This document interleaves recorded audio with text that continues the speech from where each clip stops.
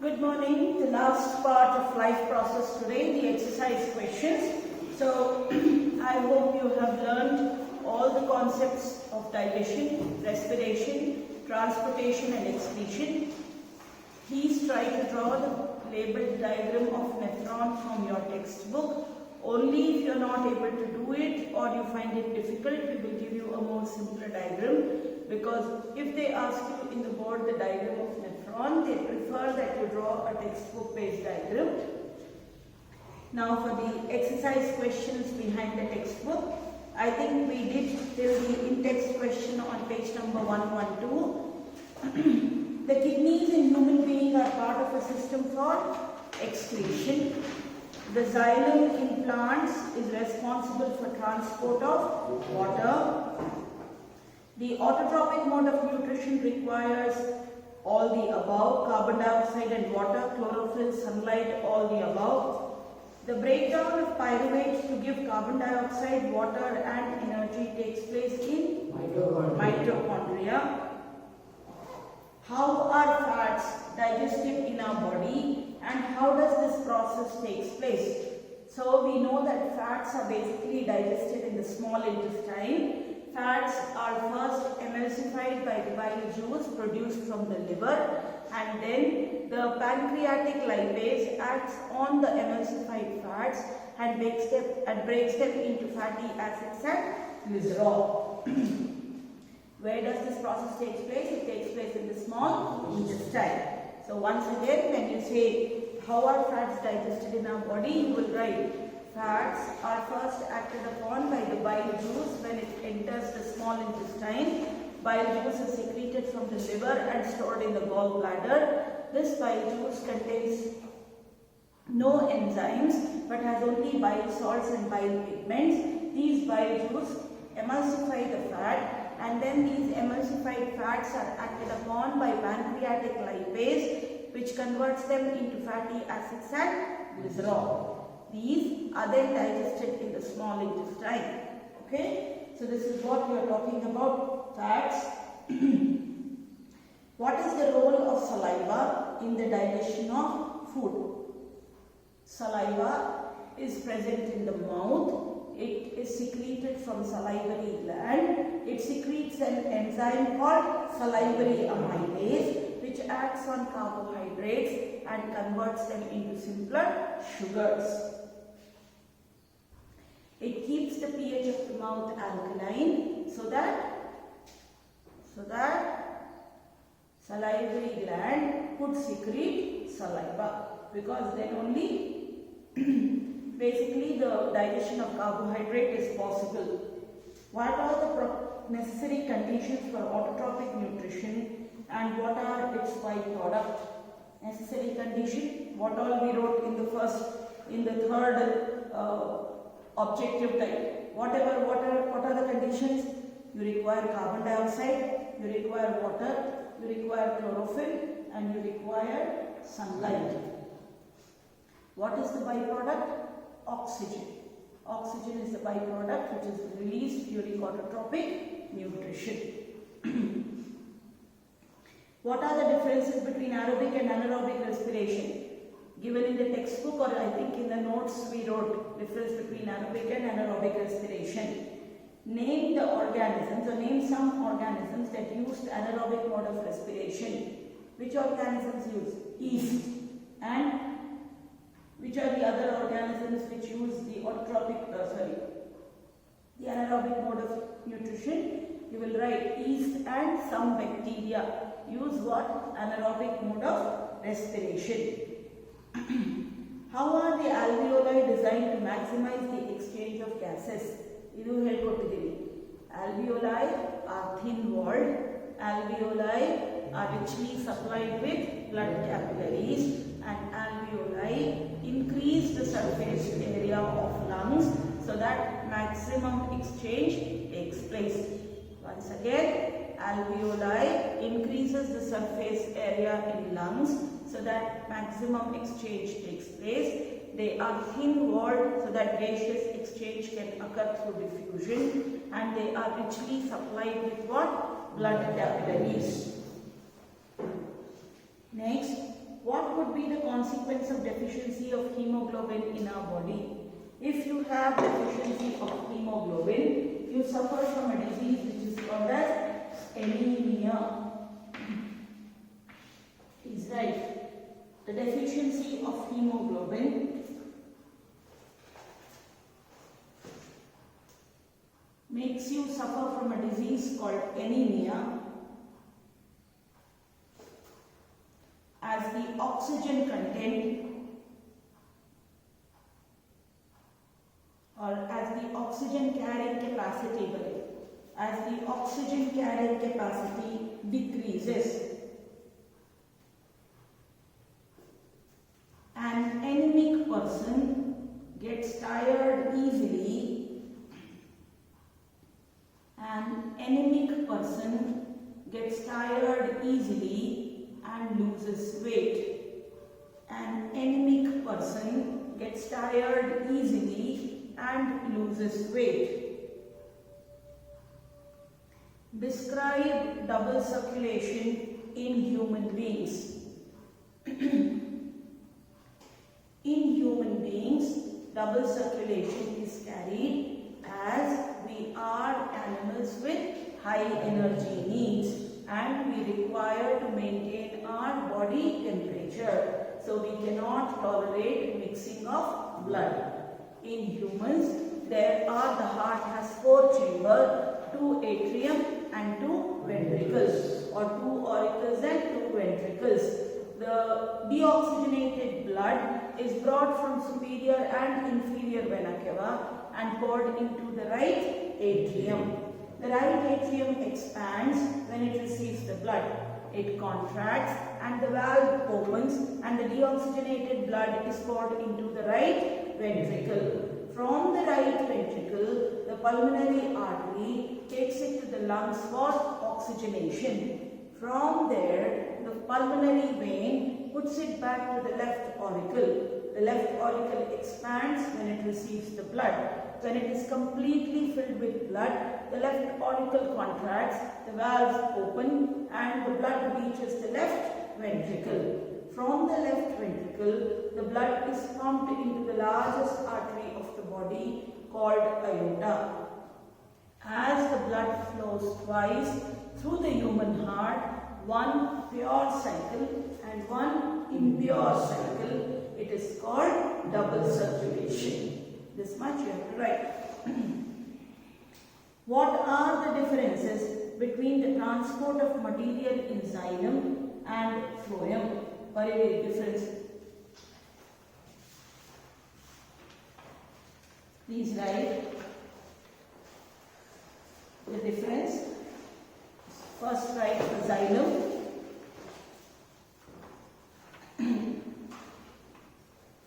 Xylem conducts water and dissolved minerals from root to leaves and other plant.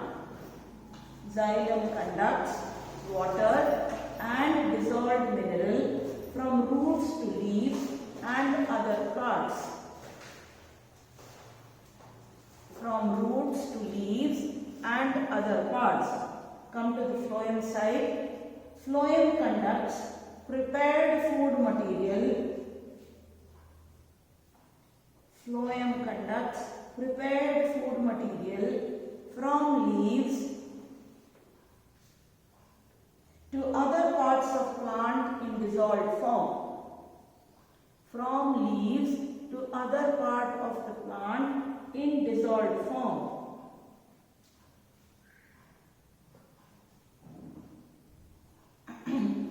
Please write the next point. Tracheids and vessels. Tracheids and vessels, which are dead tissues,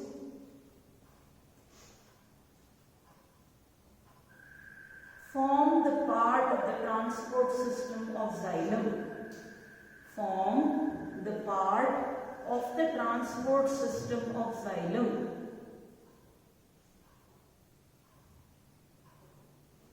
What will you write towards phloem? Companion cells and sieve tubes, which are living tissues, companion cells and seed tubes, which are living tissues, form a part of the phloem.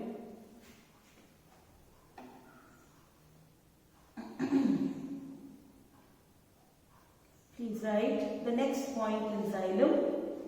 Xylem uses root pressure during night. Xylem uses root pressure during night and what pull? And transpiration pull during the day. Xylem uses root pressure during night and transpiration pull during the day to transport water and minerals. To transport water and minerals. Right for phloem.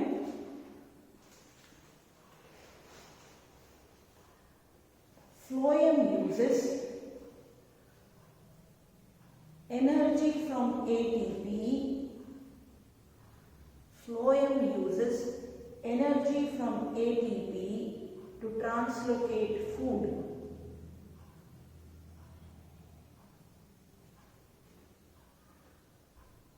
Next in xylem, please write movement is unidirectional. We taught you it always goes from root to the aerial parts of the plant. So movement is unidirectional from roots to the aerial parts of the plant. Right in the other, movement is bidirectional. Movement is bidirectional.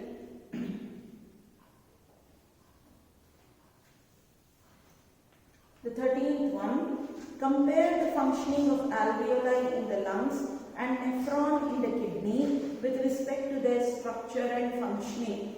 Matte columns ಮಾಡಿ ಒಂದು ಕಡೆ ಬರೆಯಿರಿ alveoli, ಒಂದು ಕಡೆ ಬರೆಯಿರಿ nephron. Right onto the left alveoli and to the other right, next side right nephron. Please ಬರೆಯಿರಿ. They are the structural and functional unit of lungs, alveoli. Alveoli are the structural and functional unit of lungs. Nephron is present where? Kidney. They are the structural and functional unit of kidney.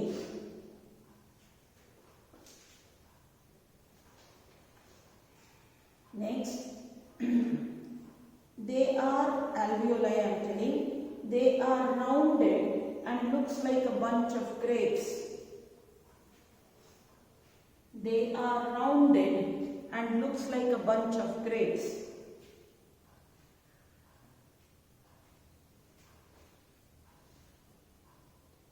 They are long, elongated. They are long, elongated with one cup-shaped end. They are long, elongated with one cup-shaped end.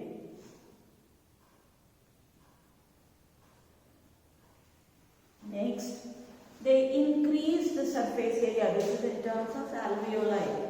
They increase the surface area in lungs. They increase the surface area in lungs. Where do they increase? Nephrons? In kidney. Right? They increase the surface area in kidney.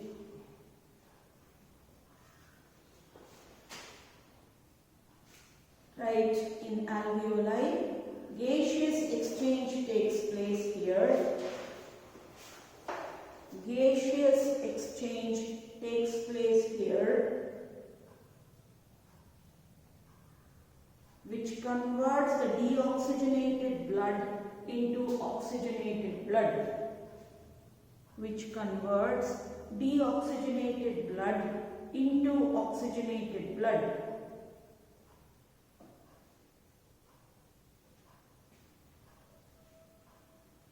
Please write to the other side, nephron. Blood is purified by filtering out. Blood is purified by filtering out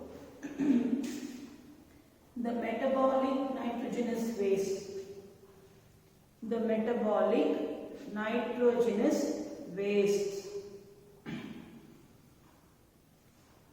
So this finishes your entire chapter of life process. There are many in both the groups who have not presented or posted the ray diagrams of concave and convex lens. If I say ray diagram, you post the glass slab, which is wrong. So kindly post the ray diagrams of convex and concave lenses. Lot of numericals have been done. Before you take your test, make sure you study all the numericals as well as diagrams, as it will help. Today by evening I'll post the time as to when you have to come and pick the paper tomorrow. You have to pick your paper only tomorrow, as I cannot keep on giving the question paper all throughout the day. So please make sure you come in a particular time, which will be for 1 to 1.5 hours, and you can come and pick your question paper.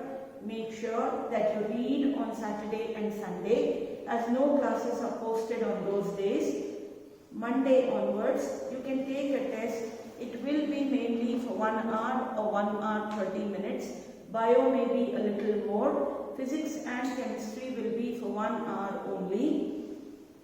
Make sure to learn all the diagrams, learn the labeling, because your marks will all be posted in the group. So make sure you read properly, because if I don't post your marks in the group, you will not read.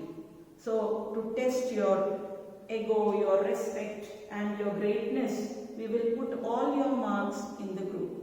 If you want, I will post a paper in the group. So make sure you read properly, because after that you cannot come and tell me that I simply cut your marks, I didn't do this. If you don't write properly in points, I will not give marks. You have to write all your answers in points, because everything was taught to you in points. Okay? So make sure you write your answers in points, draw a proper ray diagram, use not bangles and all to draw mirrors and lenses. Use compass to draw mirrors and lenses, and draw neatly. If multiple times you have cut or multiple times you have tried to rub it, I will not give you marks, because the board also does not give. Your correction will be done as per the board logic. So make sure you study properly the 3 chapters and write. Thank you.